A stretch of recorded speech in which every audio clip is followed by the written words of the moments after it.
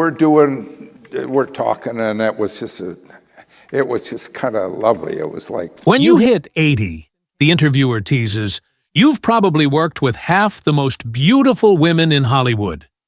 Do any of them still cross your mind? Tom Selleck grins, that iconic mustache twitching as he tries not to laugh. That's a trap of a question, he says, eyes gleaming.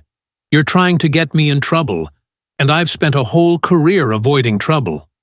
He leans back with that easy, unbothered charm that made Magnum PI a legend, and adds, you know, after all these years, you realize it's not the awards or premieres you remember. It's the people, the ones who walk on set and make the air feel different. Chemistry is everything. You can't fake it. You either have it or you don't. And when you do, you know it before the cameras even roll.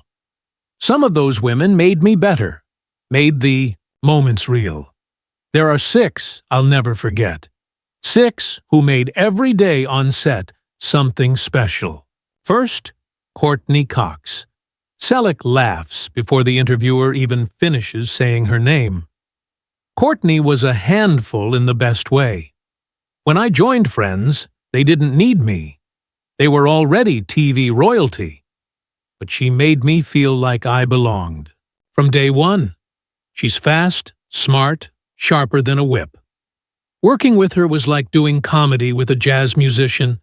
She could shift tone, change rhythm, and somehow make it work every time. And the thing that gets overlooked about her, she's generous. Always thinking about the scene, not just her lines. She gave space, made it real, made it breathe. Our storyline could have felt awkward, but she played it with honesty.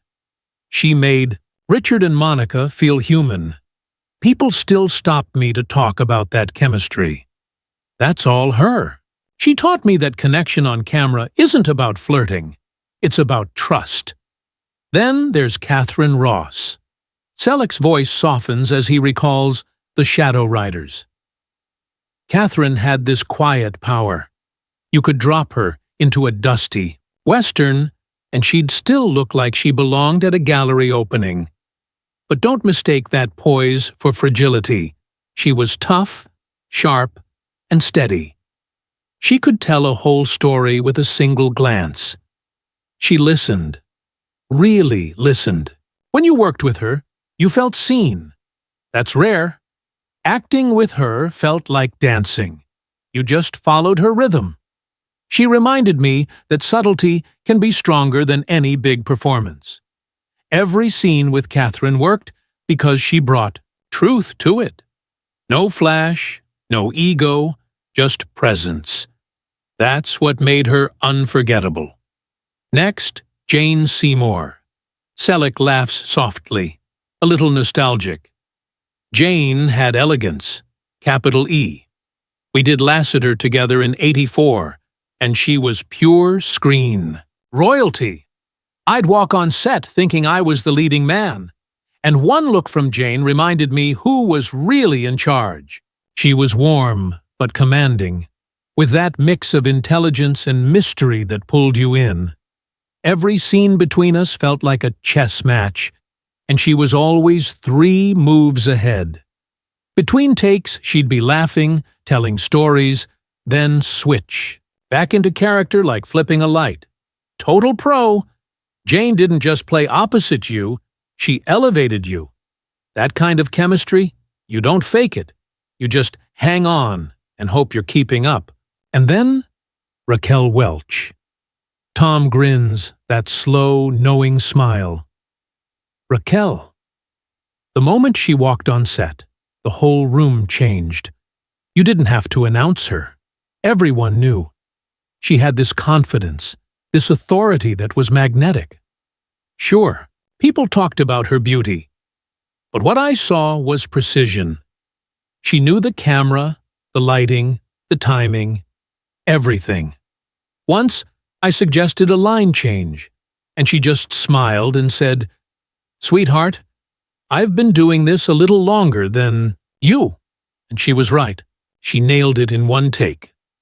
Watching her work was a masterclass. Raquel taught me what it means to own a scene, to command it without ever raising your voice.